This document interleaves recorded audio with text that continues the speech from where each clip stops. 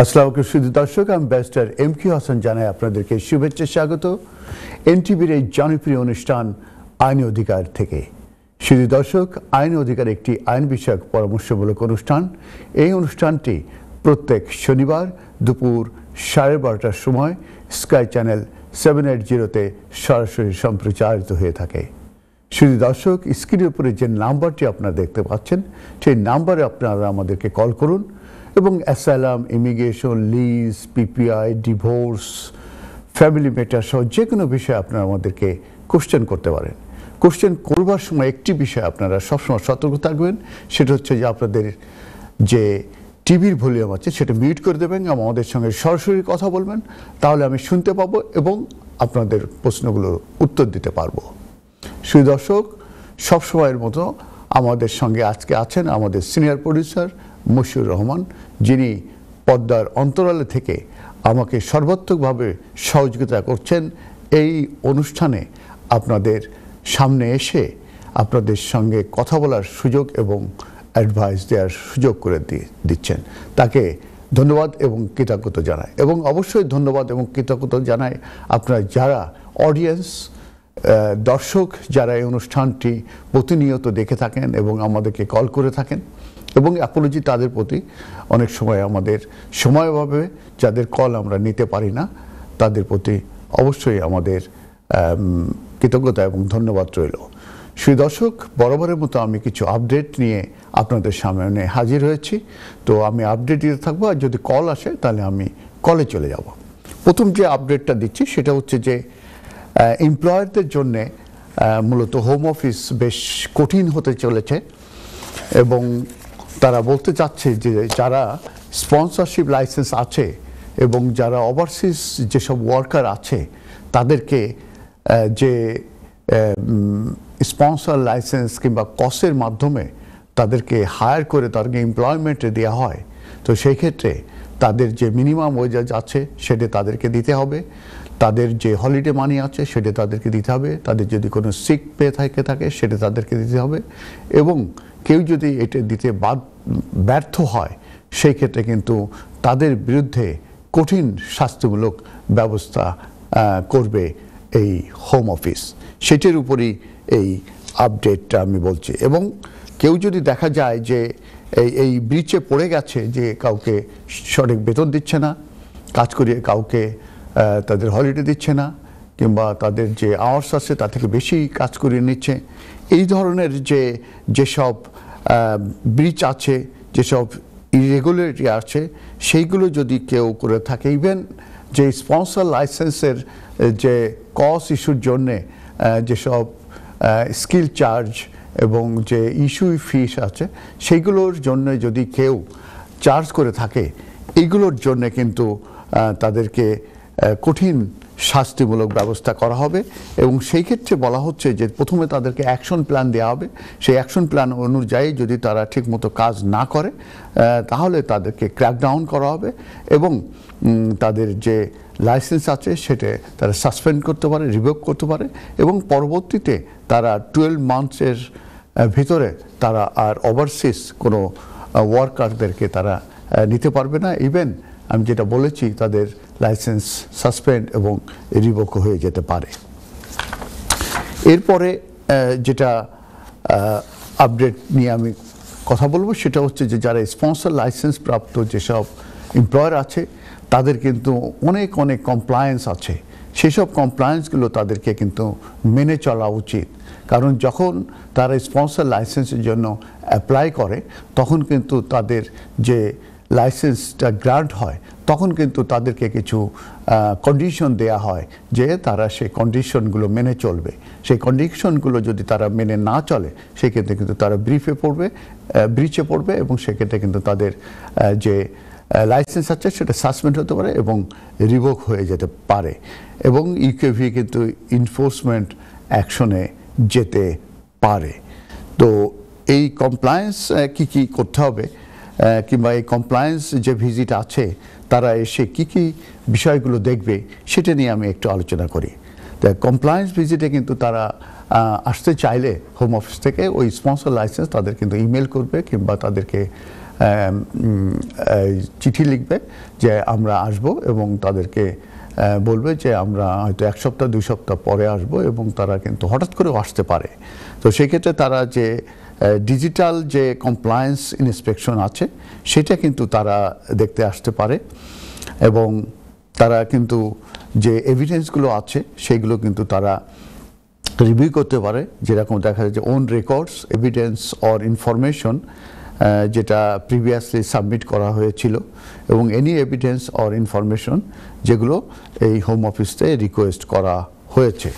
তো এই compliance visit বলতে এটাই বোঝায় যে তারা ইন পারসন ভিজিট করবে, এবং যেটা আসবে ইউকেভি থেকে, এবং তারা যে বিজনেস প্রিমিসেস আছে অর্গানাইজেশনের সেখানে তারা আসবে, অথবা যেসব ব্রাঞ্চেস থাকবে সেসব ব্রাঞ্চে তারা আসবে, যেটা স্পন্সরের যে কন্ট্রোলে আছে সেই সব জায়গায়, এবং তারা relevant client site or third party or a sponsor worker will be working সেই সব জায়গায় তারা আসবে।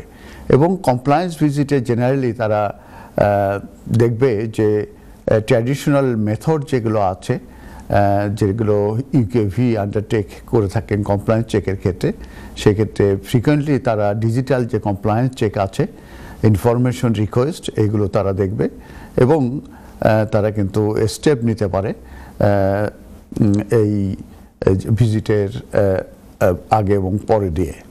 তো এই ক্ষেত্রে তারা যে রেগুলার যে audits of the sponsor management system আছে সেটা তারা দেখবে। তারপরে common reason for suspending A licence, তারা কিন্তু যদি দেখে যে ব্রিচে আছে কেউ তাহলে কিন্তু সেক্ষেত্রে সাসপেন্ড করতে পারে, এবং তাদেরকে কমপ্লায়েন্স করার জন্য অ্যাকশন প্ল্যান দিতে পারে। তো ওই অ্যাকশন প্ল্যান যদি তারা কমপ্লিট করে তাহলে কিন্তু পরবর্তীতে আবার লাইসেন্সে কোনো সমস্যা হবে না, এবং তারা যদি ব্যর্থ হয়ে থাকে সেক্ষেত্রে কিন্তু সাসপেনশন কিন্তু কনফার্ম করতে পারে এবং পরবর্তীতে রিভোক হতে পারে। এবার আমি আরেকটি ইম্পর্টেন্ট বিষয় নিয়ে আলোচনা করব, সেটা হচ্ছে যে আমরা জানি যে যেসব ডিপেন্ডেন্ট এদেশে আসে, যেরকম স্কিল ওয়ার্কারের ডিপেন্ডেন্ট, যেমন গ্লোবাল ট্যালেন্ট ভিসার ডিপেন্ডেন্ট, যেরকম spouse of A British citizen কিংবা সেটেল পারসন।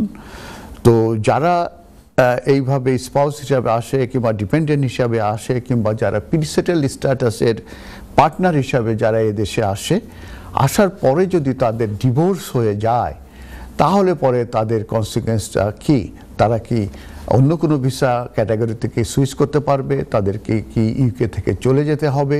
তারা কি কোনো হোম অফিস থেকে চিঠি পাবে কি না? চিঠি পেলে কতদিনে তাদেরকে চিঠি দেওয়া হবে? তারা কি তাদের ভিসা এক্সটেনশন করতে পারবে কি না?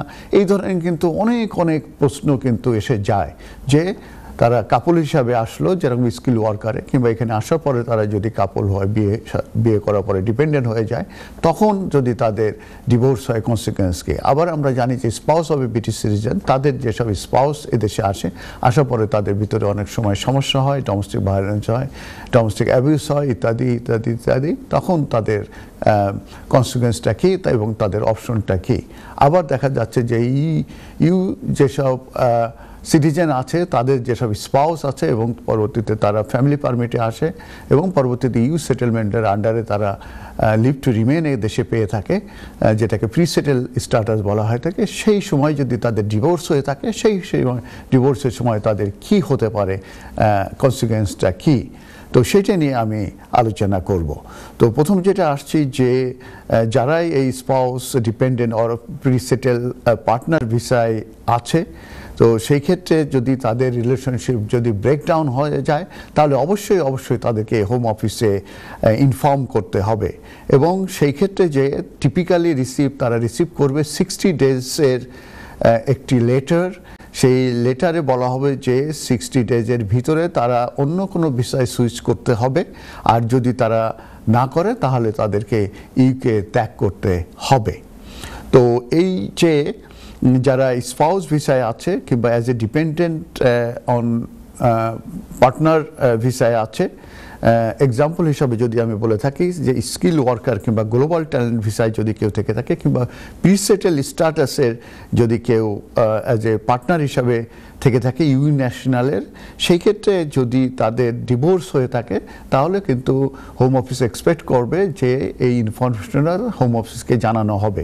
তবে এই ইনফরমেশনটা যদি জানানো নাও হয় যে তাদের ভিতরে ডিভোর্স হয়ে গেছে, সেই ক্ষেত্রে যেটা হবে সেটা হচ্ছে যে পরবর্তীতে তারা তাদের ভিসা এক্সটেনশন করতে আনেবল হবে, অথবা তারা indefinite leave to remain in the UK পেতে তারা আনেবল হবে, কিংবা সেটেল স্ট্যাটাসের যারা পার্টনার থাকবে তাদের জন্য ভবিষ্যতে এক্সটেনশন কিংবা আইলার পাওয়া ডিফিকাল্ট হবে, যেহেতু তাদের রিলেশনশিপ সাবসিস্টিং নাই এবং নো লঙ্গার এক্সিস্ট। আমাকে বলা হচ্ছে একটি কল আছে। কলার, হ্যালো, সালাম আলাইকুম। কলার, সালাম আলাইকুম। ওয়ালাইকুম আসসালাম।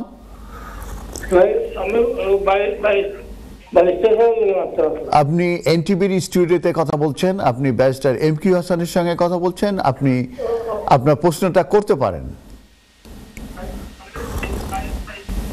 কলার, আমাকে শুনতে পান? আমার মনে হচ্ছে আপনার পাশ থেকে নয়েজ আসছে।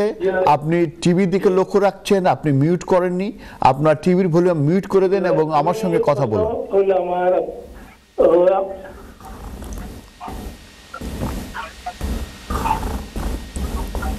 জি বলুন।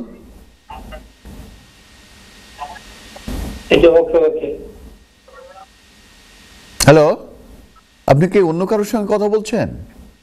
আমি বুঝতে পারছি না কলার কি করছেন, উনি কি করছেন আমি বুঝতে পারছি না।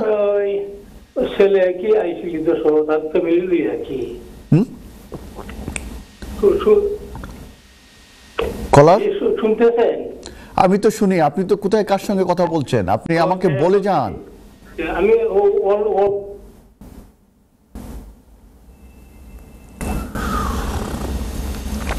কলারকে হারিয়ে ফেলেছি। কলার মনে অন্য কার সঙ্গে কথা বলছে এবং আমাদের দিকে লক্ষ্য করছে না, টিভির ভলিউম মিউট করছে না। আমি ওয়ালাইকুম আসসালাম। জি ব্যারিস্টার সাহেব, ভালো আছেন? আলহামদুলিল্লাহ, আলহামদুলিল্লাহ, আপনাদের দোয়ায় আল্লাহর রহমতে ভালো আছি। জি জি, আমার প্রোগ্রামটা শুনে ভালো লাগে। ও থ্যাংক ইউ সো মাচ। আমি বাংলাদেশি পাসপোর্ট করলাম একটা, আমি একটা এনআইডি কার্ড বার করতাম দেশের যাত্রীটা সমস্ত। ওখান কিতা করা লাগে, কিতা করতাম ওখান তা হোকা এক। আর 2 নম্বর হইল কি কতদিনের ভিতরে পাইমু? তোরা জায়গা জমিন আছে দেশের যা বেচতাম চাইলাম। তো প্রথম হচ্ছে যে আপনি বাংলাদেশি পাসপোর্ট, আপনি কি স্ট্যাটাসে আছেন ইউকেতে? আপনি? আমি লিগ্যাল আছি, আমি ব্রিটিশ সিটিজেনশিপ বয়স্ক মানুষ। তা আপনি ব্রিটিশ সিটিজেন আছেন, আপনার ব্রিটিশ পাসপোর্ট আছেন, অথবা আপনি এই পাসপোর্ট দিয়ে নো ভিসা রিকোয়ার্ড স্টাম্প নিয়ে বাংলাদেশে আপনি যতবার খুশি যাবেন আসবেন, কোনো অসুবিধা নাই। ন্যাশনাল আইডি কার্ড আপনি এখানে অনলাইনে অ্যাপ্লিকেশন করে এবং এখানে এম্বাসিতে যে আপনি কিন্তু আপনার বায়োমেট্রিক কার্ড দিতে পারেন। এবং আমি শুনেছি যে এগুলো এখন যারা অ্যাপ্লাই করেছে তারা এখনো পায় নাই, তবে এগুলো সময় লাগছে, 3 মাসও লাগতে পারে, 6 মাসও লাগতে পারে। তো এখনো দেয়া শুরু হয়নি, ইস্যু শুরু হয়নি, কিন্তু এই প্রসেসটা শুরু হয়ে গেছে। আপনি কি অ্যাপয়েন্টমেন্ট নিয়ে কি বাংলাদেশ হাই কমিশনে যে কি আপনার বায়োমেট্রিক দিয়েছেন? না, দেই নাই। আমি জানতে চাইছি আর 5-6 মাস যদি সময় লাগে, অনেক সময়। জি, তাহলে আপনি আর ব্যারিস্টার সাহেব একটা জিনিস জানতাম স্যার, আর ওখানে কইলা কিতা নাগরিকত্ব সার্টিফিকেট লাগবে নি? না, নাগরিকত্ব সার্টিফিকেট বলে কিছু আপনার লাগবে না। আপনার ব্রিটিশ পাসপোর্ট আছে, ঠিক আছে। আপনার এনআইডি ন্যাশনাল আইডেন্টিটি কার্ড, এটা ভেরি ইম্পর্ট্যান্ট। যদি আপনি বাংলাদেশে কোনো জমি বিক্রি করতে যান, আপনি যদি কোনো পাওয়ার অপারেটর দিতে চান, কিংবা আপনি বাংলাদেশে যেখানেই যান, বাংলাদেশি এই ন্যাশনাল আইডি কার্ড কিংবা বাংলাদেশি পাসপোর্টটা খুবই দরকার। তারা ব্রিটিশ পাসপোর্ট অ্যাকসেপ্ট করে না, যেটা আসলে খুবই আনফর্চুনেট এবং এটা হওয়া উচিত না। আচ্ছা ব্যারিস্টার সাহেব, একটা জিনিস জানি, যদি আমি না গিয়া করি পাওয়ার অপরচুনিটি দিলে বাংলাদেশি পাসপোর্ট লাগবে নি? পাওয়ার অপরচুনিটি দিতে গেলে অবশ্যই অবশ্যই অবশ্যই আপনাকে বাংলাদেশি পাসপোর্ট থাকতে হবে। একটি ভাগ আগে তো আমি করছি যে, আগে তো আমি ব্রিটিশ পাসপোর্ট দিয়া করে দিচ্ছি। আগে ব্রিটিশ পাসপোর্ট দিয়ে করা যেত, সেই আইনটা চেঞ্জ হয়ে যায়, চেঞ্জ হয়ে বলা হয়েছে যে বাংলাদেশি যদি পাসপোর্ট ভ্যালিড পাসপোর্ট না থাকে তাহলে তারা পাসপোর্টের এই পাওয়ার অফ অ্যাটর্নিতে আপনি সিগনেচার দিতে পারবেন না এবং সেই পাওয়ার অফ অ্যাটর্নি এক্সিকিউশন হবে না এবং বাংলাদেশ হাই কমিশন আপনাকে কোঅপারেট করবে না। আচ্ছা, অতএব আপনাকে বাংলাদেশি পাসপোর্ট একটা করতেই হবে আপনি যদি পাওয়ার অফ অ্যাটর্নি দিতে চান ইউকে থেকে অ্যাজ এ ব্রিটিশ সিটিজেন। ওকে ওকে ওকে, ধন্যবাদ ব্যারিস্টার সাহেব, আপনাকে অনেক অনেক ধন্যবাদ। আমি চমৎকার একজন কলারকে পেলাম, উনি আমাদের অনুষ্ঠান ভালো লাগে বলেছেন এবং আমাদের অনুষ্ঠানে উনি একজন বিগ ফ্যান। তো আপনাকে ধন্যবাদ এবং কৃতজ্ঞতা জানাচ্ছি এবং উনি অনেকগুলো প্রশ্ন করেছেন, আমি ওনাকে আনসারগুলো দিয়েছেন এবং উনি হ্যাপি হয়েছেন আনসারে। আপনি আমাদের জন্য দোয়া করবেন। নেক্সট কলার যদি থাকে আমি কল নেব, তা নাহলে আমি যে ডিভোর্স হওয়ার পরে যারা কল আছে। হ্যালো, আসসালামু আলাইকুম কলার। হ্যালো, আসসালামু আলাইকুম। ওয়ালাইকুম আসসালাম ওয়া রাহমাতুল্লাহি ওয়া বারাকাতুহু। ভাই, আমার একটা কোয়েশ্চেন আছে যে আমি এখন বর্তমানে পিএসডব্লিউতে আছি, বুঝছেন? জি। তো আমি কদিন আগে এনএইচএস একটা প্রেসক্রিপশন আনছিলাম আর মিস্টেকলি আসলে আমি বুঝছিলাম না, তখন আমি বুঝলাম যে না আমি পে করলাম না আর তারা ঔষধ দিলাইছে, বাট পরে আমার এটার লাগি তারা 60 পাউন্ড ফাইন করছে আর সিটি পাঠাইছে আমার ফাইন দিতে পয়সা দিচ্ছে। তো এটা আমার কোনো সময় ওয়ার্ক পারমিটে যাইতে প্রবলেম করবো না? আপনি কি জন্য ফাইনটা পেয়েছেন 60 পাউন্ড? এনএইচএস তো প্রেসক্রিপশন ফিরিয়ে আনি লিখলাম। প্রেসক্রিপশন ফিরিয়ে এনেছিলেন। আপনি যেহেতু ফাইনটা দিয়ে দিয়েছেন অতএব এটা আপনার ক্রিমিনাল রেকর্ডে যাবে না এবং এটা কোনো সমস্যা হবে না। আপনারা একটা জিনিস জানবেন, আপনারা যদি প্রেসক্রিপশনে যদি ফ্রি না হয় আপনার জন্যে, যেরকম আপনার যদি লো ইনকাম থাকে আপনার অ্যাপ্লিকেশন করে এক্সামশন কার্ড নিতে হবে। আপনার যদি ডায়াবেটিস থাকে তাহলে আপনার জিপির থেকে একটা অ্যাপ্লিকেশন ফর্ম আছে, সেটা নিয়ে অ্যাপ্লিকেশন করে এক্সামশন কার্ড দেবে। তাছাড়া কিন্তু আপনারা এগুলো যদি না থাকে অবশ্যই আপনারা কিন্তু যখন প্রেসক্রিপশন নেবেন সেগুলো কিন্তু আপনারা অবশ্যই পে করবেন। এখন কিন্তু আর আগের মতো নাই, তারা কিন্তু দেখবে আপনার রেকর্ড এবং দেখবে যে আপনি এলিজিবল না হলে তখন আপনাকে ফাইন করে দেবে। তো এটা আসলে আপনার জন্যে ভালো নয়, কিন্তু আপনার জন্য খুব সিরিয়াস ক্ষতির কারণ হবে না ভবিষ্যতে। তো আপনি খুব তাড়াতাড়ি ইন টাইমে ফাইনটা আপনি দিয়ে দিয়েছেন, এটা আপনি সঠিক কাজ করেছেন। তো আশা করছি যে আপনি যদি স্কিল ওয়ার্কারে সুইচ করেন কিংবা তাহলে সেই ক্ষেত্রে যে এটা কোনো সমস্যা হবে না। তবে আপনি যেটা করতে পারেন, আপনি এই বিষয়টি আপনি ওই আদার ইনফরমেশনে উল্লেখ করে দিতে পারেন, তবে এটা ক্রিমিনাল কনভিকশন কিংবা ক্রিমিনাল রেকর্ডে অ্যাড হবে না। ধন্যবাদ আপনার কলের জন্য। কল থাকলে কল নেব, তাহলে আমি আপডেটে চলে যাব যে স্কিল ওয়ার্কারের ডিপেন্ডেন্ট হিসেবে আসার পরে ডিভোর্স হলে কনসিকুয়েন্স কী, সে কি এদেশে থাকতে পারবে কিনা, spouse of British citizen settle person হিসেবে আসার পরে এদেশে যদি তাদের ডিভোর্স হয় তাহলে তারা থাকতে পারবে কিনা, যারা ইউ সিটিজেনের পার্টনার হিসেবে এসেছেন এবং তাদের যে প্রিসেটেল স্ট্যাটাস আছে তাদের যদি ডিভোর্স হয়ে যায় সেক্ষেত্রে তাদের কি কি করণীয়, কি প্রসেস করে তারা এদেশে থাকতে পারবে সেটি নিয়ে আমি আলোচনা করছিলাম। তারপরে কলার চলে এসেছে, যে কারণে আমি কলে চলে গিয়েছি। আমি আবার আমার সেই আপডেটের সেই কন্টিনিউশন করব। তো প্রথমে আসছে যে যখনই কোনো ডিভোর্স হবে তখনই হোম অফিসকে জানালে পরে যারা স্কিল ওয়ার্কারের ডিপেন্ডেন্ট থাকবে তাদেরকে মূলত 60 ডেজের একটি লেটার দেওয়া হবে এবং তাদেরকে বলা হবে এই 60 ডেজের ভিতরে তারা অবশ্যই অন্য কোনো ক্যাটাগরিতে সুইচ করে যেতে হবে। আর যদি না যায় 60 ডেজের পরে সে ওভারস্টে হয়ে যাবে এবং তাকে এ দেশ ছেড়ে চলে যেতে হবে। আর ব্রিটিশ সিটিজেনের যেসব স্পাউস থাকে কিংবা সেটেল পারসনের যে স্পাউস থাকে, যারা স্পাউস হবে ব্রিটিশ সিটিজেনের ভিসা নিয়ে এদেশে আসে, তাদের ক্ষেত্রে যদি এমন হয় যে তাদের ডিভোর্স হয়ে গেছে, সেই ক্ষেত্রে আগে যেটা হতো সেটা হচ্ছে যে জানাই দেওয়ার সঙ্গে সঙ্গে তাদের যে ভিসাটা ছিল সেটা ক্যান্সেল হয়ে যেত। কিন্তু হোম অফিস রিসেন্টলি যেটা করছে সেটা হচ্ছে যে তারা আবার ওই যে স্পাউসকে সঙ্গে যোগাযোগ করে এবং স্পাউসকে যোগাযোগ করে তার সাইডের যে স্টোরি আছে সেই স্টোরিটা সম্পর্কে তারা জানতে চায়, জানার পরে তারা অ্যাকশন নিতে চায়। অতএব আগে ছিল যখনই ডিভোর্স হয়ে গেছে, যখনই তার স্পাউস জানিয়ে দিয়েছে, তার স্পন্সর জানিয়ে দিয়েছে হোম অফিসকে, তখনই কিন্তু তার ভিসাটা ক্যান্সেল হয়ে যেত। কলার আছে, হ্যালো কলার, আসসালামু আলাইকুম। কলার, আসসালামু আলাইকুম। ওয়ালাইকুম আসসালাম। আমার একটা কোয়েশ্চন আছে। জি বলুন। আমি 10 ইয়ার স্পাউস ভিসা রুলে আছি। জি। আমি আমার ওয়াইফে মানে টেক কেয়ার করা লাগে। আমি হোম অফিস অ্যাপ্লিকেশন করছিলাম যে পাবলিক ফান্ড তোলার লাগে। জি। 3 মাস হয়ে গেছে, আমি কোনো রেজাল্ট পাইলাম না। মানে অনুমানিক কতদিন লাগবে? No request to public fund, এটি তুলে ফেলার জন্য যে অ্যাপ্লিকেশন, এটা সাধারণত 6 মাস সময় লেগে থাকে। তো এটির ব্যাকলগ আছে। তো এটার উপরে হাইকোর্ট থেকে ডিসিশন আসছে যে এই যে সময়টা নেওয়া হয়, এই সময়টা নেওয়া উচিত না, কারণ আপনারা সমস্যায় আছেন, সেই কারণেই মূলত এইটা উদ্যোগ করার জন্য অ্যাপ্লিকেশন করেছেন। তো 3 মাস করেছেন। আপনার এখন যেটা হবে, কাজ হবে, সেটা আপনারা ওদেরকে চিঠি লেখেন এবং আপনি ডিসিশনের জন্য তাদেরকে বলেন এবং আপনার কেন আপনি আর্লি ডিসিশন চাচ্ছেন, কি কি সমস্যা আছে, আপনি কি ডেস্টিটিউট হচ্ছেন, হোমলেস হয়ে যাচ্ছেন কিনা, কিংবা আপনার বিল দেওয়ার এনাফ মানি আছে কিনা, এইগুলো যে সমস্যা আছে এগুলো তুলে ধরে সুন্দর করে একটি চিঠি লিখে আপনি শেফিল্ডে এটা পাঠিয়ে দেন। তাহলে পরে কিন্তু ওরা এটা কনসিডারেশন নেবে এবং ওরা জানাবে যে আপনার যে সিরিয়াল আছে, সিরিয়াল ব্রেক করে আপনারটা ডিসিশন দেবে কি না। অতএব আপনার আর্জেন্সিটা কি, যে নর্মাল যে সিরিয়াল আছে এটা ব্রেক করে কেন আপনাকে আর্লি দেওয়া হবে, সেটা যদি আপনি তাদেরকে কনভিন্স করতে পারেন, আপনার যদি সে এক্সপ্লেনেশন দিতে পারেন, তাহলে কিন্তু তারা জাম্পিং করে তাকে আপনার ডিসিশনটা আর্লি দিতে পারে। তাহলে আপনাকে ধৈর্য ধরতে হবে।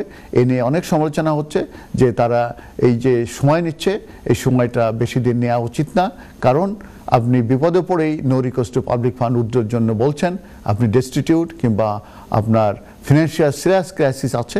অতএব আপনার এই অ্যাপ্লিকেশনটা খুব দ্রুত ডিসিশন নেওয়া উচিত, এই মর্মে হাইকোর্ট থেকে এর ভিতরে কিন্তু ডিসিশন এসেছে। ধন্যবাদ আপনার কলের জন্য। আমি আবার ফিরে যাচ্ছি, যে আপডেট দিচ্ছিলাম, কল থাকলে আমি কল নেব। তো আমি এখন আসি যে ডিভোর্স হওয়ার পরে কোন কোন ক্যাটাগরির যারা থাকবে এখানে তাদের এফেক্ট করবে।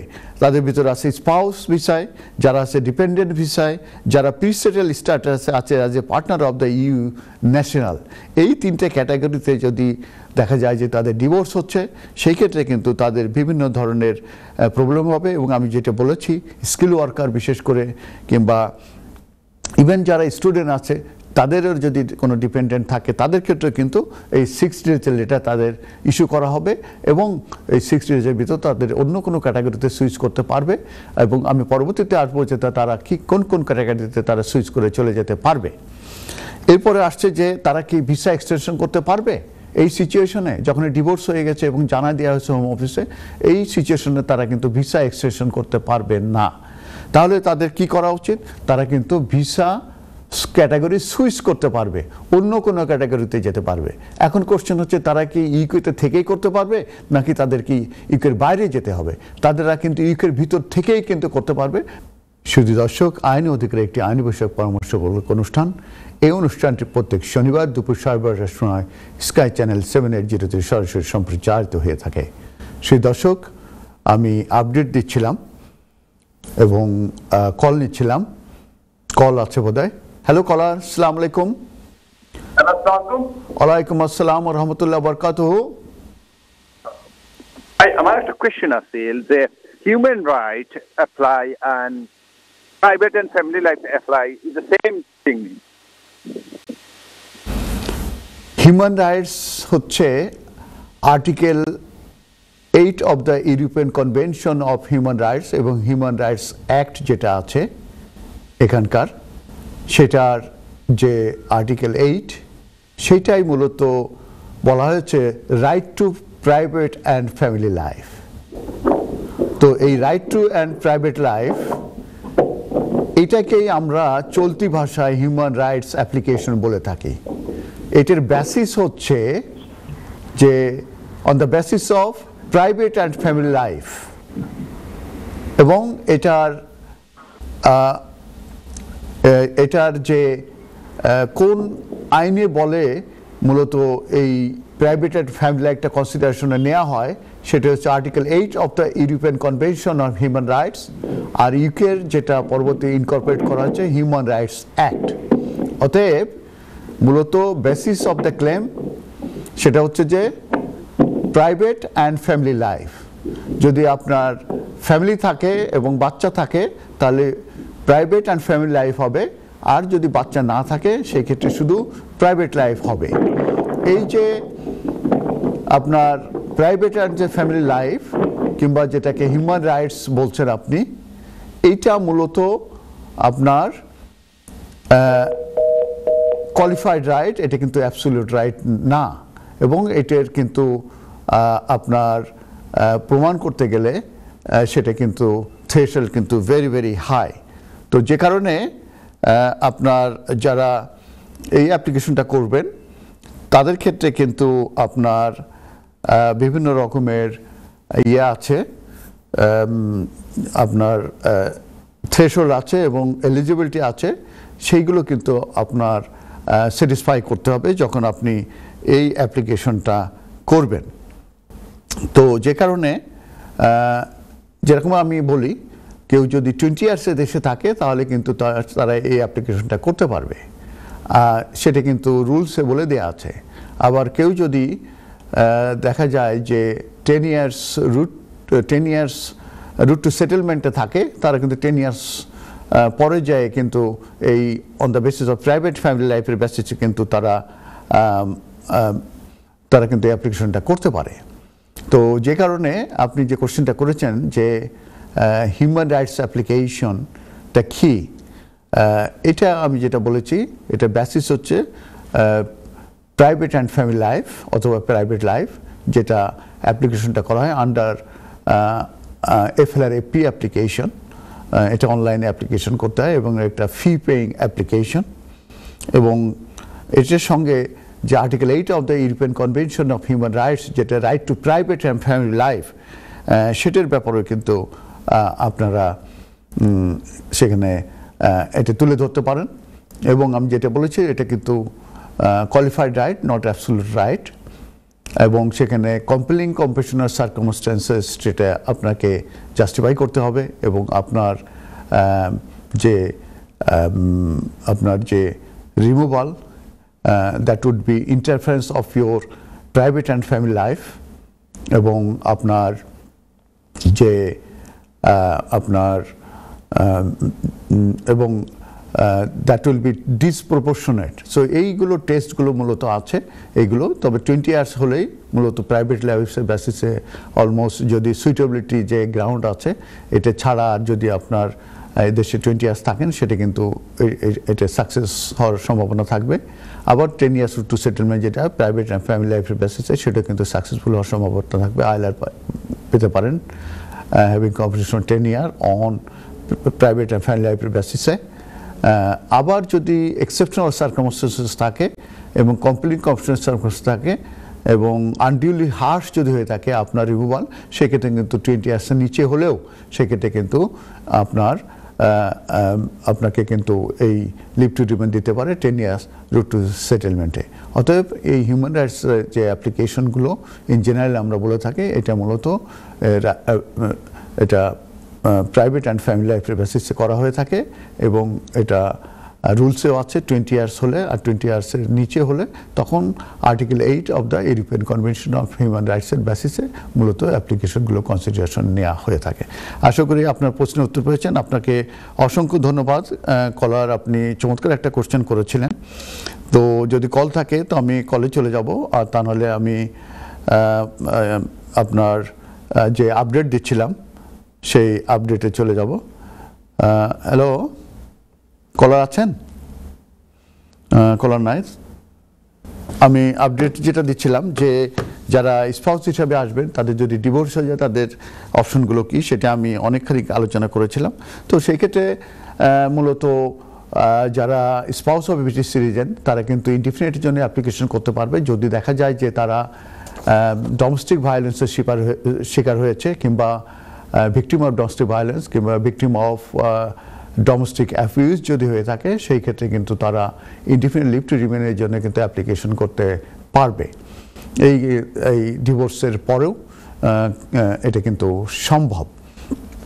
আর যারা স্কিল ওয়ার্কারের স্পাউস হিসাবে, যারা ডিপেন্ডেন্ট হিসাবে এসে থাকেন, তারা কিন্তু অনেক ক্যাটাগরিতেই তারা সুইচ করতে পারবেন। আবার যারা স্পাউস হিসাবে এসে থাকেন, তারা যদি ডোমেস্টিক ভায়োলেন্সের যদি শিকার না হয়ে থাকেন, তারা কিন্তু অন্য কোনো ক্যাটাগরিতে যেতে পারবেন, স্কিল ওয়ার্কারে যেতে পারবেন। তবে প্রত্যেকটা ক্যাটাগরিতে, অনেকগুলো ক্যাটাগরিতেই তারা কিন্তু যেতে পারবেন, এলিজিবল হবে। সেক্ষেত্রে কিন্তু তারা ইন কান্ট্রি থেকে করতে পারবেন এবং তাদেরকে কিন্তু এই বাইরে যাওয়ার প্রয়োজন নাই। এবং তাদের যদি দেখা যায় যে তাদের কোনো বাচ্চা আছে যারা ব্রিটিশ, কিংবা তাদের যদি কোনো বাচ্চা আছে যে আইএলআর হোল্ডার, কিংবা তাদের কোনো বাচ্চা আছে যে অ্যাটলিস্ট 7 ইয়ার্স সেখানে থাকছে, সেটার বেসিসও কিন্তু তারা এদেশে থাকার অ্যাপ্লিকেশন করতে পারে। আর যারা প্রিসেটেল স্ট্যাটাসে থাকবে, তাদের যদি ডিভোর্স হয়ে যায়, সেই ক্ষেত্রে কিন্তু তাদের একটা বেসিস আছে এদেশে থাকার, সেটা হচ্ছে রিটেন রাইটস অফ রেসিডেন্স, এবং এটা ডিপেন্ডিং করবে তাদের duration of marriage in the UK এবং আউটসাইড মিলায়। তো কল আছে। হ্যালো কলার, আসসালামু আলাইকুম। আসসালামু আলাইকুম, কেমন আছেন ভাইয়া? আলহামদুলিল্লাহ ভালো আছি, আপনি কেমন আছেন? হ্যাঁ, আমিও ভালো আছি। থ্যাংক ইউ সুন্দর একটা প্রোগ্রাম করার জন্য। থ্যাংক ইউ ভাইয়া, থ্যাংক ইউ। আমরা উপকৃত হই আপনাদের থ্যাংক ইউ অ্যাডভাইস গুলা মেনে শুনে। তো আমার প্রশ্ন হচ্ছে ভাই, আমরা লিভ টু রিমেইনে আছি বাচ্চাদের রাইটে। তো আমার ওয়াইফের এক্সটেনশন হবে জুনে, সাইপাস পাস ভিসা আছে, আর আমাদের সেকেন্ড এক্সটেনশন আমার আর আমার বাচ্চার হয়ে গেছে 2-3 মাস আগে। তো সবকিছু আলহামদুলিল্লাহ ঠিক আছে। তো আমরা চিন্তা ছিল ধরেন যাব হলিডে কোথাও বাংলাদেশ বা অন্য জায়গায়। তো আমাদের যে বায়োমেট্রিক দিয়েছিল আমার আর আমার বাচ্চার, কিন্তু আমার বাচ্চার বায়োমেট্রিক কার্ডে স্পেলিং এ ভুল ছিল। আচ্ছা, সাথে সাথে ওদেরকে আমরা বলছি যে ওটা ভুল, 2-3 মাস হয়ে গেছে। তো এরপরেও কোনো আনসার দেয় নাই। মানে আমার ইমেল থেকে আপনাদের প্রোগ্রামে আমি ফোন করেছিলাম আমার আগে। তো আপনারা বলছিলেন যে কমপ্লেইন একটা সেকশন আছে, ওইখানে আমার ইমেল থেকেও আমি দিতে পারবো। দিয়েছি, মাশাআল্লাহ ওরা ওটার রিপ্লাই দিয়েছে। 2-3 সপ্তাহ হয়ে গেছে। তাদের ইয়েতে সংশোধন করবে যে ই ভিসা করলে ওটা শো হবে, আর কার্ড আর দিবে না, মানে পুরাতন কার্ডই থাকবে। তো এখন আমি যদি ই ভিসা করি তাহলে বায়োমেট্রিকের যে স্পেলিং ভুল ওইটা কি দিতে হবে নাকি মানে কারেক্ট দেব, এই প্রশ্ন। তৃতীয় প্রশ্ন হচ্ছে যে আমার ওয়াইফের তো আর 3-4 মাস আছে ভিসার। তো এর ভিতরে কি আমরা মানে আমার ওয়াইফের এই ভিসা হয়ে গেছে, আমারও হয়ে গেছে, শুধুমাত্র আমার বাচ্চা। তো এর ভিতরে কি আমরা হলিডে যেতে পারবো, কোনো অসুবিধা হবে কিনা? আমাদের পাসপোর্ট আছে, পাসপোর্ট আপনাদের যদি ভ্যালিড পাসপোর্ট থাকে, তাহলে আপনাদের ই ভিসা যদি থাকে, এবং আপনারা একটা জিনিস জানবেন যে ই ভিসা কিন্তু আপনারা কন্টিনিউ করবেন, এটা কিন্তু আপাতত স্থগিত করা হয়েছে। দ্যাট মিনস এটার ইফেক্টিভ কিন্তু স্থগিত করা হয়েছে, কিন্তু ই ভিসাটা কিন্তু কন্টিনিউ হবে। ই ভিসা কিন্তু কন্টিনিউ হবে, এবং এটার ইফেক্টিভ ডেট ছিল 1 জানুয়ারি। এইটা এক্সটেনশন করা হয়েছে 31 মার্চ 2025 পর্যন্ত। এর ভিতরে রিভিউ করে তারা দেখবে যে 31 মার্চের পরে যে আবার এটা ইফেক্টিভ হবে কিনা। অতএব একটা জিনিস ক্লিয়ার বলে দিই, সেটা হচ্ছে যে এটা কিন্তু আপনার হবেই, এটা চলবেই, কিংবা ওরা কিন্তু এটা করবে, সেটা কিন্তু ওদের ডিসিশন আছে। শুধু এক্সটেনশন হয়েছে ইফেক্টিভ ডেটটা, সেটা 31 মার্চে। এরপরে ওরা ইফেক্টিভ করবে এবং রিভিউ করবে টাইম টু টাইম, এবং যদি কোনো কিছু আপডেট হয় সেগুলো আমি আপনাদের সঙ্গে শেয়ার করব। আপনারা বিভিন্ন আপডেট ওখানে। তো আপনার ক্ষেত্রে যেটা হচ্ছে যে আপনি যদি ই ভিসা থেকে থাকে, তাহলে পরে আপনি আপনি ই ভিসার মাধ্যমে আপনি চলাচল করতে পারবেন। আপনার ভ্যালিড পাসপোর্টটা সবসময় ই ভিসায় আপডেট করে রাখবেন। আর পুরনো যে কার্ডটা আছে সেটা কিন্তু আপনারা ইউজ করতে পারবেন। ওই কার্ডটাও কিন্তু এক্সটেনশন করা হয়েছে 31 মার্চ পর্যন্ত, অতএব ওইটা কিন্তু আপনি সঙ্গে রাখতে পারবেন। আর আপনার বাচ্চার যে বায়োমেট্রিক কার্ডের সমস্যা আছে, আপনি রাইট ডিসিশন নিয়েছেন, তাদেরকে আপনি সঙ্গে সঙ্গে জানিয়েছেন এবং আপনি কমপ্লেন করেছেন এবং সেই কমপ্লেনের বেসিসে তারা আনসার দিয়েছে এবং আমার মনে হয় যে খুব শীঘ্রই এটা সর্ট আউট হয়ে যাবে। আমার অ্যাডভাইস হবে যে আসলে এই কার্ডটার যে মিস্টেক আছে এটা অ্যামেন্ডমেন্ট হয়ে যাওয়ার পরে আপনারা মনে হয় হলিডেতে যাতায়াত করলে সেটা ভালো হবে। যদিও বা এই আপনার পাসপোর্ট ই ভিসা নিয়েই আপনি যাতায়াত করতে পারবেন, সেক্ষেত্রে আপনার যখন নতুন পাবেন তখন কিন্তু আপনি আবার ওই কার্ডের ডিটেলসটা, কারণ নতুন কার্ড নাম্বার আসবে, তখন কার্ডের ডিটেলসটা আপনি ওখানে দিয়ে রাখতে পারেন। তো এই হচ্ছে আপনার প্রতি অ্যাডভাইস। অসংখ্য ধন্যবাদ আপনাকে আমাদেরকে কল করার জন্য। তো আমি আরেকটা আপডেটে চলে যাই, যেটা হচ্ছে নো রিকোয়েস্ট টু পাবলিক ফান্ডের যে অ্যাপ্লিকেশনগুলো করা হয়। আমরা প্রথমে একটি কল পেয়েছিলাম যে ওনার 3 মাস হয়ে গেছে, কিন্তু নো রিকোয়েস্ট টু পাবলিক ফান্ডের যে অ্যাপ্লিকেশন টু এটা তুলে ফেলার উদ্যোগ করার সেই অ্যাপ্লিকেশনটা 3 মাস হয়েছে, এখনও কোনো ডিসিশন নিতে পারে না। এটা সাধারণত 6 মাস কিংবা তারও বেশি চলে যায়। তো এটার ব্যাপারে আসলে চ্যালেঞ্জ করা হয়েছে রিসেন্টলি, এবং SSG and others versus Secretary of State for the Home Department, এটা মূলত হাইকোর্টে জুডিশিয়াল রিভিউতে চ্যালেঞ্জ করা হয় যে এটা যে পরিমাণ সময় নিচ্ছে এই সময়টা ভেরি আনরিজনেবল এবং এত সময় নেওয়া উচিত না। তো সেটার উপরে মূলত যে চ্যালেঞ্জ হয় সেটার ব্যাপারে মূলত হাইকোর্ট কিছু একটা ডিসিশন দিয়েছে এবং সেই ক্ষেত্রে বলছে যে হোম অফিসের অনেক ব্যাপারেই তাদের ডিউটি আছে, সেই ডিউটি লেভেলটা আসলে বিভিন্ন রকমের আছে, লো লেভেল আছে, হাই লেভেল আছে, মিডিয়াম লেভেলের আছে। তো এই ক্ষেত্রে আসলে তাদের ডিউটিটা হাই লেভেলের হওয়া উচিত, কারণ যারা অ্যাপ্লিকেশন করেছিল 3টে অ্যাপ্লিকেশন একসঙ্গে মূলত হিয়ারিং হয়েছে এবং ডিসিশনটা দেওয়া হয়েছে, এবং অ্যাপ্লিকেশনটা করা হয়েছিল যে তাদের no request to public fund এটি তুলে দিতে হবে, কারণ তারা ডেস্টিটিউট হচ্ছে, তাদের হোমলেস হওয়ার সম্ভাবনা আছে, কিংবা তাদের যে বেসিক নিড যেসব হাউস হোল্ড যেসব ফুড কিংবা ইলেকট্রিসিটি বিল এগুলো তারা দিতে পারছে না, অতএব তাদের মূলত পাবলিক ফান্ড প্রয়োজন রয়ে গেছে। এবং এই ধরনের ডেস্টিটিউশন সিচুয়েশন যদি প্রমাণ করা যায়, তো যারা 10 years টু সেটেলমেন্টে আছেন তারা কিন্তু এটা উদ্যোগ করার জন্যে, এই কন্ডিশনটা তুলে ফেলার জন্যে আপনার কার্ড থেকে অ্যাপ্লিকেশন করতে পারেন, এবং সেই অ্যাপ্লিকেশনটার নাম হচ্ছে no request to public fund withdrawal application. এবং সেই অ্যাপ্লিকেশনটা যেহেতু সময় নেওয়া হচ্ছে সেইটাকে চ্যালেঞ্জ করা হয়েছিল, এবং সেই ক্ষেত্রে হাইকোর্ট বলেছে এটা কিন্তু তাদের হাই লেভেলের ডিউটি, অতএব এটা তাদের মূলত করা উচিত এবং এটা সেইভাবে ডিসিশন দেওয়া উচিত। কারণ হচ্ছে যে যারা অ্যাপ্লিকেশনগুলো করেছিল এবং পরবর্তী জুডিশিয়াল রিভিউতে আসছে তাদের কিন্তু ইমিনেন্ট রিস্ক অফ ডেস্টিটিউশন রয়ে গেছে, অতএব তাদের এইটা তাদের ডিসিশন নিয়ে তাদেরকে দিয়ে দেওয়া উচিত। তো এটাই হচ্ছে no request to public fund. এটা সময় নিচ্ছে, কিন্তু এই সময় নেওয়াটা লফুল না, এটাই মূলত হাইকোর্ট থেকে বলা হয়েছে। আর ই ভিসার উপরে আমি যে আপডেটটা দেবো, ই ভিসা আপনারা জানেন যে ই ভিসা কিন্তু এটা ডেডলাইন ছিল যে কোনো ফিজিক্যাল কার্ড যেমন বায়োমেট্রিক কার্ড কিংবা বায়োমেট্রিক রেসিডেন্ট পারমিট, যেটাকে বিআরসি বিআরপি কিংবা ভিনগেট যেসব থাকে কিংবা ইনডোর্সমেন্ট থাকে পাসপোর্টে, এগুলোর কিন্তু আর প্রচলন থাকবে না বলা হয়েছিল ফ্রম 1 জানুয়ারি 2025 থেকে।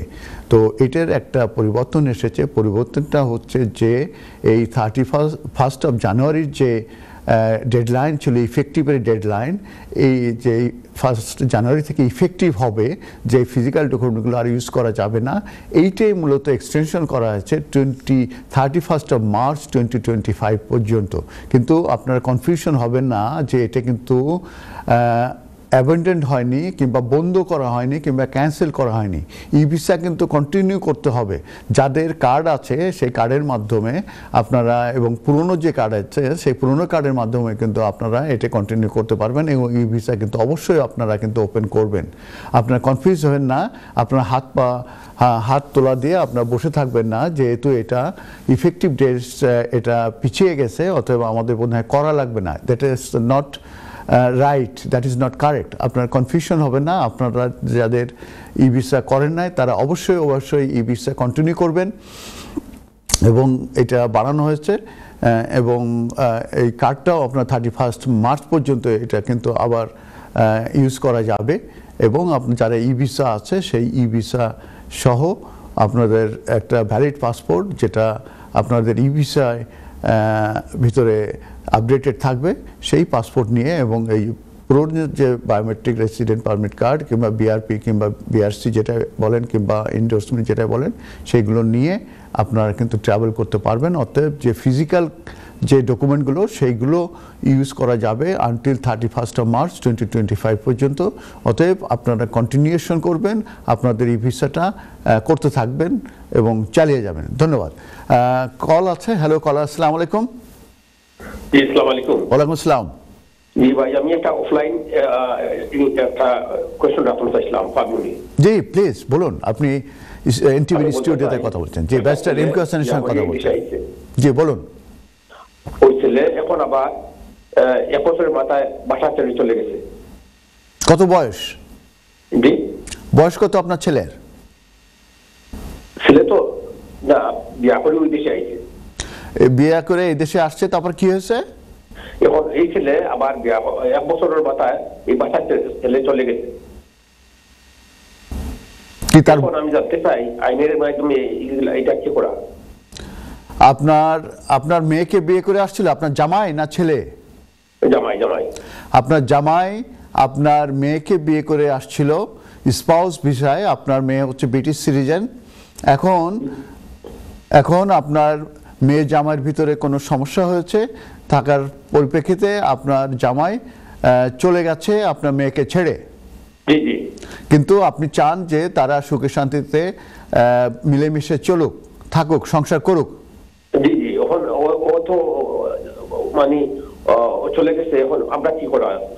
এখন তার মোবাইলে ফোন দেন, টেক্সট দেন, দিয়ে আপনারা বসেন। কারণ হচ্ছে যে এখন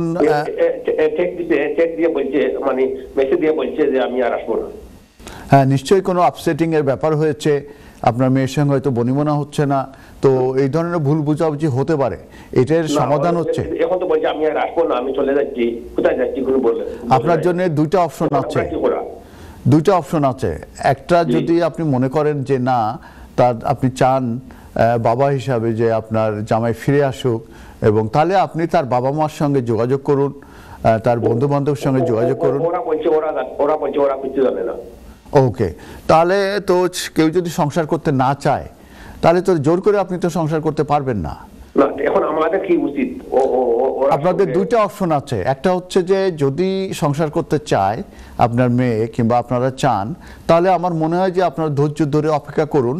হয়তোবা রাগ হয়েছে, রাগ কমে গেলে হয়তোবা পরবর্তীতে রিকনসিলিয়েশন মানে আবার মিলন হতে পারে, এই একটা অপশন। আর যদি দেখেন যে সে আর আসবেই না, সে ডিটারমাইন্ড আছে, সেই ক্ষেত্রে যে আপনার তার ভিসা ক্যান্সেল করে দিতে পারেন, হোম অফিসে আপনার ইনফর্ম করতে পারেন, কিংবা ডিভোর্সের ব্যবস্থা করতে পারেন। তো আমার মনে হয় যে প্রথম যে অপশনটা দিচ্ছে,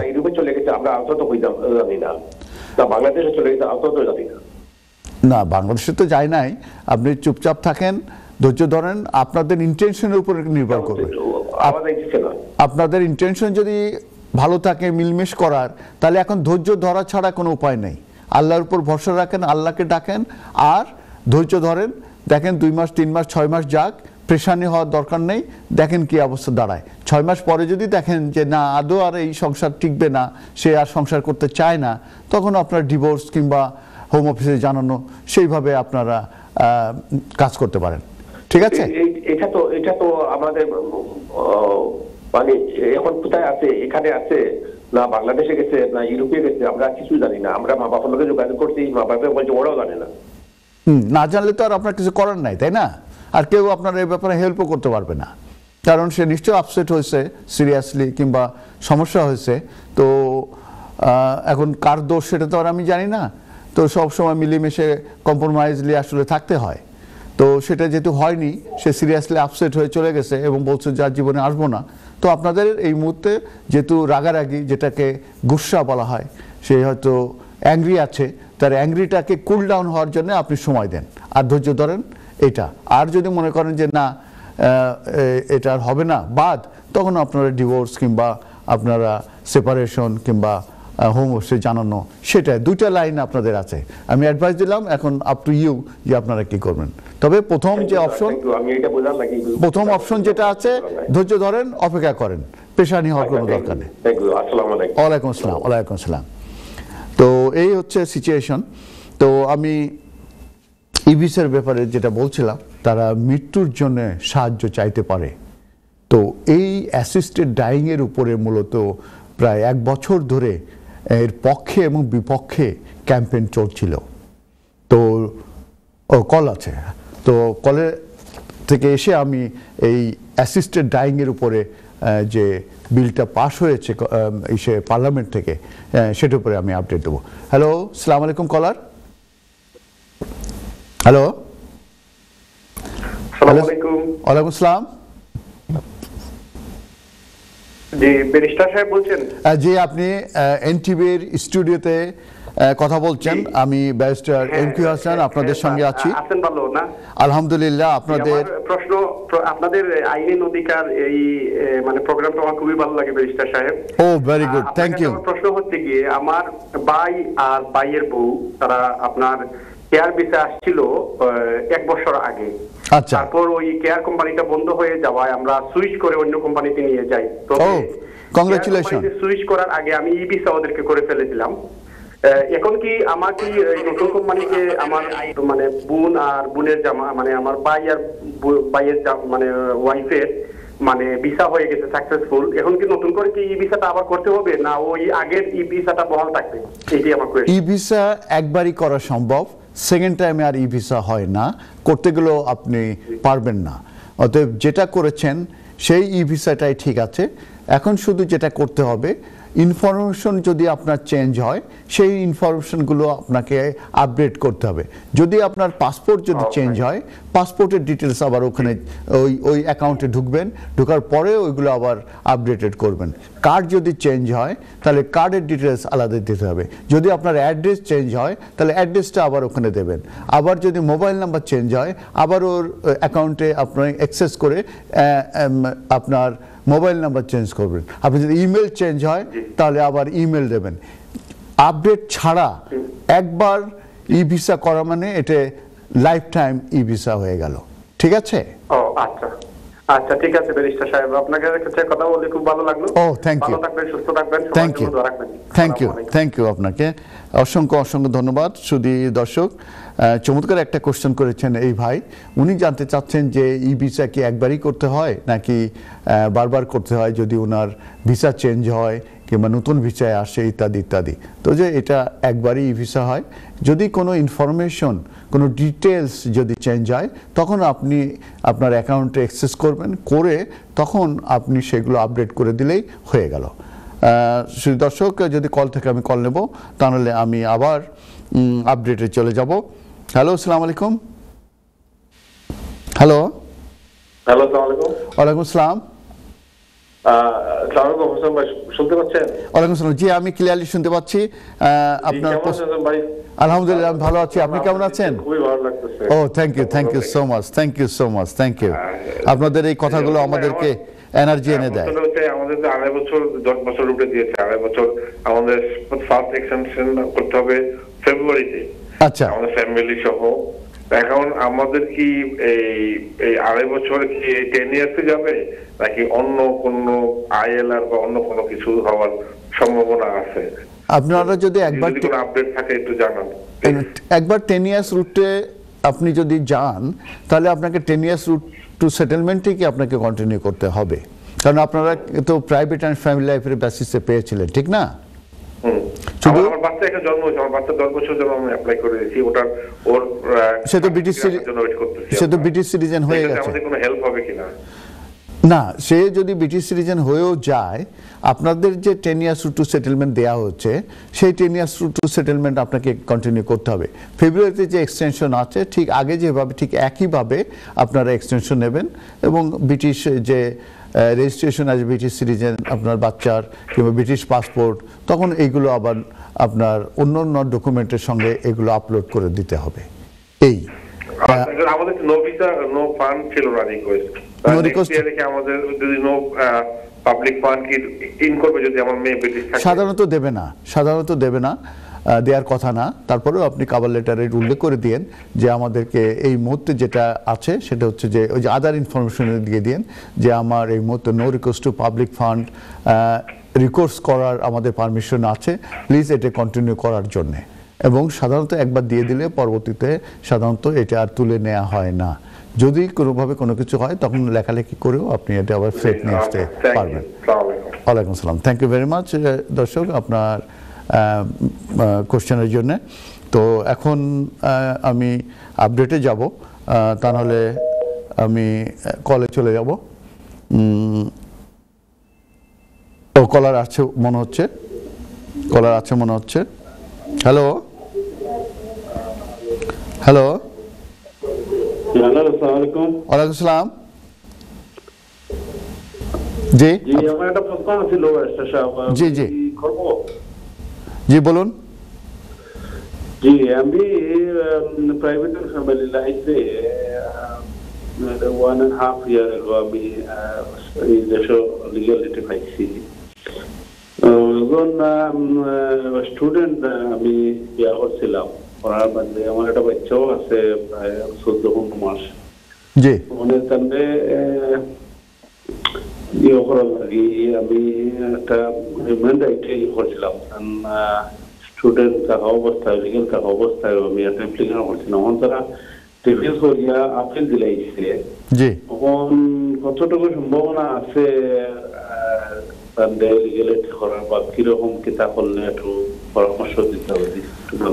তো এটা মূলত যে অ্যাপ্লিকেশনটা করেছিলেন এটা ইমিগ্রেশন রুলসে কিন্তু নাই যে আপনি যেহেতু টেম্পোরারি ভিসায় ছিলেন 10 ইয়ার্স রুট টু সেটেলমেন্টে আপনার ডিপেন্ডেন্ট করা, সেই কারণে আসলে হোম অফিস রিফিউজ করেছে এবং তারা এখন আপনি রাইটলি এটা অ্যাপিল করেছেন।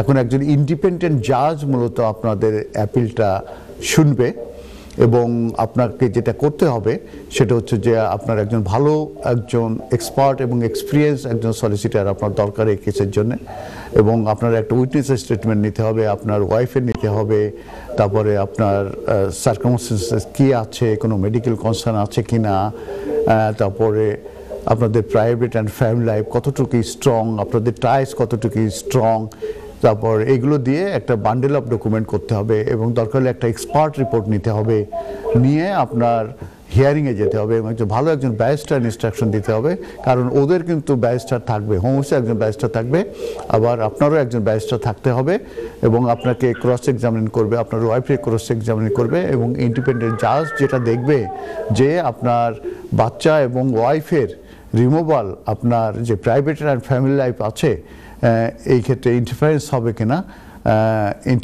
হবে কিনা কিংবা এটা ব্রিচ হবে কিনা এবং এটা সেখানে কোনো কম্পেলিং কম্পিটিশন সার্কামস্টেন্স আছে কিনা এই বিষয়গুলো দেখবে। দেখার পরে তখন একটা ডিসিশন দেবে, সেক্ষেত্রে পজিটিভ হলে তখন ওনাকে 2.5 বছরের আপনার যে ভিসা আছে ওই পরিমাণ ভিসা দেওয়া হবে এবং বাচ্চাকে, আর যদি রিফিউজ করে পরবর্তীতে আরেকটা অ্যাপিলের কিন্তু আপনার সুযোগ থাকবে। তো এখন আপনার কেসটা মানে প্রিপারেশনের উপরে অনেক কিছু নির্ভর করবে এবং আপনার ফ্যাক্টস আর সার্কামস্টেন্সের উপরে অনেক কিছু নির্ভর করবে এবং প্রপার আপনার গাইডেন্স এবং অ্যাডভাইস লাগবে এবং সেই অ্যাডভাইসের বেসিসে সেই ধরনের আপনার এভিডেন্স এবং ডকুমেন্টস লাগবে এবং সেই হিয়ারিংয়ে যে আপনাদেরকে কিন্তু ক্রস এক্সামিন করা হবে তার জন্য কিন্তু আমাদের প্রিপারেশনের ব্যাপার রয়েছে। তো অতএব এই অ্যাপিল প্রসেসটাই কিন্তু হিউজলি মানে খুব মানে ক্রুশিয়াল আপনাদের জন্যে। তো আপনার সেইভাবে মূলত এটির পিছনে সময় দেওয়া কিংবা এটার জন্য ভালো লয়ার এনগেজ করা, এটাই আপনার করা উচিত হবে বলে আমি মনে করি। এই হচ্ছে আমার অ্যাডভাইস। ধন্যবাদ আপনার কলের জন্য। যদি কোনো কলার থাকে আমি কল নেব, তাহলে আমি হ্যালো হ্যালো কলার, মনে হয় কলারকে হারিয়ে ফেলেছি। তো এখন আমি আবার আপডেটে চলে যাচ্ছি। শুধু দর্শক, আমি আপডেটের যেটা বলতে চাচ্ছিলাম সেটা হচ্ছে যে আপনার যে অ্যাসিস্টেড ডাইং যেটাকে আমি বলতে চাচ্ছি, যে যারা টার্মিনালি ইল আছে কোনো অ্যাডাল্ট, তো তারা যদি তাদের ইন্টেনশন প্রকাশ করে যে আমি রোগাক্রান্ত হয়ে কিংবা এমন ধরনের আমি রোগে আক্রান্ত হচ্ছি যেটা আমাকে খুবই কষ্ট দিচ্ছে, আমি আর বাঁচতে চাই না এবং আমি মরে যেতে চাই, এই ধরনের যদি ইন্টেনশনকে প্রকাশ করে, সেই ইন্টেনশন প্রকাশের 6 মাসের ভিতরে তাকে অ্যাসিস্ট করা যাবে তাকে মৃত্যুর দিকে চলে যেতে। তার যে ওন লাইফ আছে সেই লাইফটা সে নিয়ে নেবে, কিংবা সে হেল্প চাচ্ছে যে আমি মরে যেতে চাই, আমি মৃত্যু চাই, কারণ আমি যে যন্ত্রণা আমি নিচ্ছি এর থেকে আমার মৃত্যু ভালো হবে, অতএব আমাকে সাহায্য করো, সে সাহায্য চাইবে এবং তাকে অ্যাসিস্ট করা হবে। এটাকেই মূলত এই অ্যাসিস্টেড ডাইং যে বিল, এটাই মূলত এই গত 29 তারিখে এটা পাশ হয়েছে। এই বিলটা হাউস অফ কমন্স থেকে এটা কিন্তু প্রথম পাশ হলো, এবং সেখানে আমি যেটা বলেছি এটা সম্পর্কে ক্যাম্পেইন ছিল, এটার পক্ষেও ছিল, এটার বিপক্ষেও ছিল। তো সেখানে ভোটাভুটি হয়েছে, সেখানে 330 ভোট পড়েছে পক্ষে, যে এই ধরনের সিচুয়েশনে তাদেরকে অ্যাসিস্ট করা উচিত, যে তারা যেহেতু মৃত্যু তারা বেছে নিতে পারে এবং তাদেরকে হেল্প করা উচিত। আর 275 ছিল যারা বলেছে যে না, এটা আমরা সাপোর্ট দেই না, তারা ভোট নেন। অতএব এখানে এই মেজরিটি অফ 55 ভোট মূলত এখানে ডিফারেন্সটা ছিল। তো এই হাউস অফ কমন্সে এই ভোটটা ইস্যু হয়েছে, এবং এটা সম্পর্কে প্রায় 10 বছর ধরে এটার উপরে মূলত ক্যাম্পেইন চলছিল পক্ষে এবং বিপক্ষে, এবং এই বিলটা মূলত আনা হয়, যেটা টার্মিনালি ইল যেসব অ্যাডাল্ট আছে তারা যদি এক্সপেক্ট করে যে তারা সিক করবে to help to end their own life, সেক্ষেত্রে তাদেরকে অ্যাসিস্ট করতে হবে। এটা একটা ইমোশনাল একটা ডিবেট ছিল এই চেম্বারে, হাউস অফ কমন্সে, এবং বোথ সাইডই তাদের পার্সোনাল যেসব এক্সপিরিয়েন্স এবং স্টোরি ছিল সেগুলো তারা শেয়ার করেছে, এবং পরবর্তীতে তারা ডিসিশন নিয়েছে। তো এটা এই বিল মূলত এখন আরও স্ক্রুটিনিটি হবে বাই এমপিস, এবং হাউস অফ লর্ডস আছে, তারাও এই ব্যাপারে মূলত মতামত দেবে। ইচ্ছে করলে তারা এটাকে অ্যামেন্ড করতে পারে, কিংবা এবং পরবর্তীতে অ্যামেন্ড করার পরে যে যদি এটা অ্যাপ্রুভ হয় বোথ হাউসেস অফ পার্লামেন্টে, তখন এটা বিকামস ল। তো এইটার ক্যাম্পেইনার যিনি ছিলেন উনি হচ্ছে লেবারের একজন এমপি, ওনার নাম হচ্ছে কিম লেডবিটার। উনি মূলত এই বিলটা এনেছিলেন, এবং এটার বিপক্ষেও অনেকে ছিলেন। তো একজন যিনিও এই টার্মিনালি ইল ছিলেন, ওনার নাম হচ্ছে ডেম ইস্টার র্যান্টেজন, উনিও হাই প্রোফাইল ক্যাম্পেইনার ছিলেন। তো উনি এ ব্যাপারে খুবই হ্যাপি আছেন। তো উনি বলতে চাচ্ছেন যে তার যে তিনি যে সাফার করছেন সেই ক্ষেত্রে থেকে উনি বেনিফিটেড হবেন কিনা জানি না, কিন্তু এটা ফিউচার জেনারেশনের জন্য হয়তো বেনিফিটেড হবে। তো আমি যেটা বলেছি এটার পক্ষে বিপক্ষে সব ধরনের কিন্তু আলাপ আলোচনা হয়েছে। তবে ইন্টারেস্টিং হচ্ছে যে ফিমেল এমপি প্রায় 258 ফিমেল এমপি তারা মূলত এটার পক্ষে ছিল, তার মানে 143 আপনার 55% ফিমেল এমপি তারা এটার ফেভারে ছিল, আর যেসব মেল এমপি ছিল তাদের ভিতরে 188 49% তারা মূলত পক্ষে ছিল। আর বর্তমান যে প্রাইম মিনিস্টার আছেন যিনি স্যার কেয়ার স্টারমার, এবং যে কনজারভেটিভ যে পিডিসিসর ছিলেন আগের যে প্রাইম মিনিস্টার ঋষি সুনাক, তারা মূলত এটার পক্ষে ভোট দিয়েছেন। আর যেটা কনজারভেটিভ পার্টির যে বর্তমান লিডার যে ভদ্রমহিলা উনি কেমি, ওনার নাম হচ্ছে ব্যাডিনোক, উনি এটার এগেনস্টে ভোট দিয়েছেন। তো এটা প্রথম ভোটাভুটি হলো। এরপর আমি যেটা বলেছি হাউস অফ লর্ডসে যাবে এবং দুইটা হাউসে এটা পাস হবে, অ্যাপ্রুভ হবে, অ্যামেন্ড হবে, তারপরে এটা বিকামস বিল। তো এটা একটা ইন্টারেস্টিং বিষয় ছিল যে কেউ মরে যেতে চাইলে তাকে মরে যাওয়ার সুযোগ দেওয়া হবে, এই বিলটাই মূলত তাদেরকে হেল্প করবে। আর আরেকটি আপডেট আছে, সেটা হচ্ছে যে ইমিগ্রেশনের যে পলিসি ছিল আগের যে গভর্নমেন্ট ছিল কনজারভেটিভ গভর্নমেন্ট, তারা মূলত তাদের যে নতুন লিডার হয়েছে আমি যেটা বলেছি কেমি, এটা একজন ভদ্রমহিলা কেমি ব্যাডনক, উনি স্বীকার করেছেন যে ইমিগ্রেশনের উপরে যে পলিসি তাদের যে 14 ইয়ার্স তাদের যখন ক্ষমতায় ছিল সেই সময় যখন ছিল সেই 14 ইয়ার্স তাদের যে ইমিগ্রেশন পলিসির উপরে যে তাদের যে পলিসি ছিল সেটা রং ছিল, সেটা উনি স্বীকার করেছেন। এবং সেই ক্ষেত্রে পাবলিক সার্ভিস এবং মেকিং ইন্টিগ্রেশন হার্ডার, এই দুটা ইস্যুর উপরে তারা মূলত এটা স্ট্যান্ড করেছে, পাবলিক সার্ভিসেস এবং মেকিং ইন্টিগ্রেশন হার্ডার করেছে, এটাই উনি বলতে চাচ্ছেন। এবং তারা 14 ইয়ার্স ধরে ছিল এবং নেট মাইগ্রেশন তারা কমানোর খুবই চেষ্টা করেছিল, কিন্তু পরবর্তীতে দেখা যায় যে নেট মাইগ্রেশন হিট করে রেকর্ড সংখ্যক 745,000। আর নেট মাইগ্রেশন বলতে সেটাই বোঝায় যে এদেশে লিগালি আশ্রয় এবং লিগালি চলে যাওয়ার পরে যেটা যারা থাকে সেটাকে নেট মাইগ্রেশন বলে। সেটা 745,000 হয়েছিল ইন দ্য ইয়ার অফ 2022-তে, এবং পরবর্তীতে এটা ড্রপ করে পরের বছরে 685। তো ফাইনালি লেবার পার্টি বলছে যে ফাইনালি তারা অ্যাকসেপ্ট করছে যে ইমিগ্রেশনের উপরে তাদের যে কন্ট্রোল ছিল না এবং তারা যে রং ছিল সেটাকে লেবার পার্টি ওয়েলকাম জানিয়েছে। আর আরেকটা জিনিস সেটা হচ্ছে যে এই তারা কিছু কিছু বিষয়ে রিভিউ করবে, তাদের যে পলিসিগুলো ছিল সেটার উপরে উনি সেটা বলেছেন।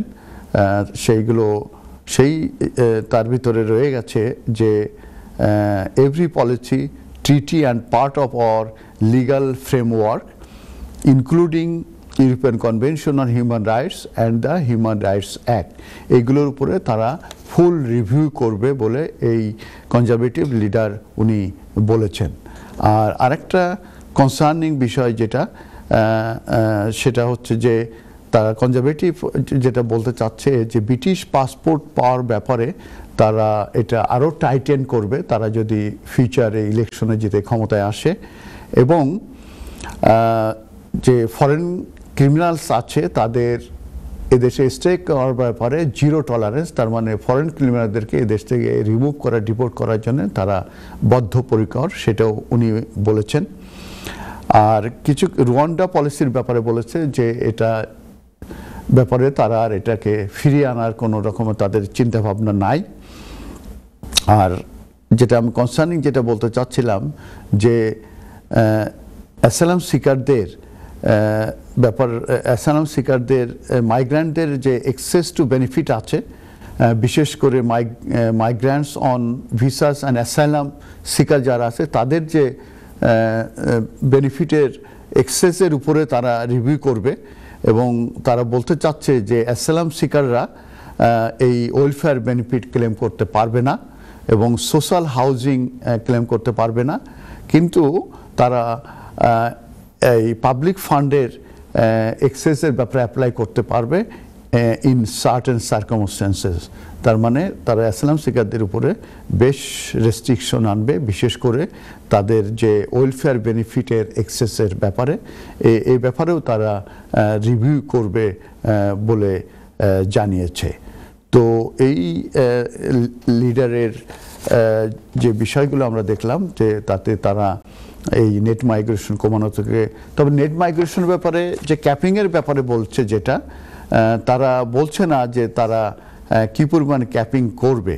তো ক্যাপিংয়ের ব্যাপারে তারা যেটা বলতে চাচ্ছে সেটা হচ্ছে যে আপনার যে এটা কী পরিমাণ ক্যাপিং করবে সেটা তারা বলতে চাচ্ছে না, কিন্তু তারা বলতে চাচ্ছে কনজারভেটিভ পার্টি মূলত তারা অ্যাকসেপ্ট করছে রেসপন্সিবিলিটি এবং তারা বলছে truthfully we got it wrong. That means immigration উপরে তাদের যে পলিসি ছিল ইট ওয়াজ রং। এবং আমি যেটা বলেছি অ্যাসাইলাম সিকারদের যে ওয়েলফেয়ার বেনিফিটের এক্সেস বন্ধ করা কিংবা অ্যাকোমোডেশন হাউজিং সোশ্যাল হাউজিং বন্ধ করা, এটা তারা করবে, রিভিউ করবে এবং তাদের যে পাবলিক ফান্ড যাতে নিতে পারে এবং সার্টেন সার্কামস্টেন্স সেটার ব্যাপারে বলা হচ্ছে।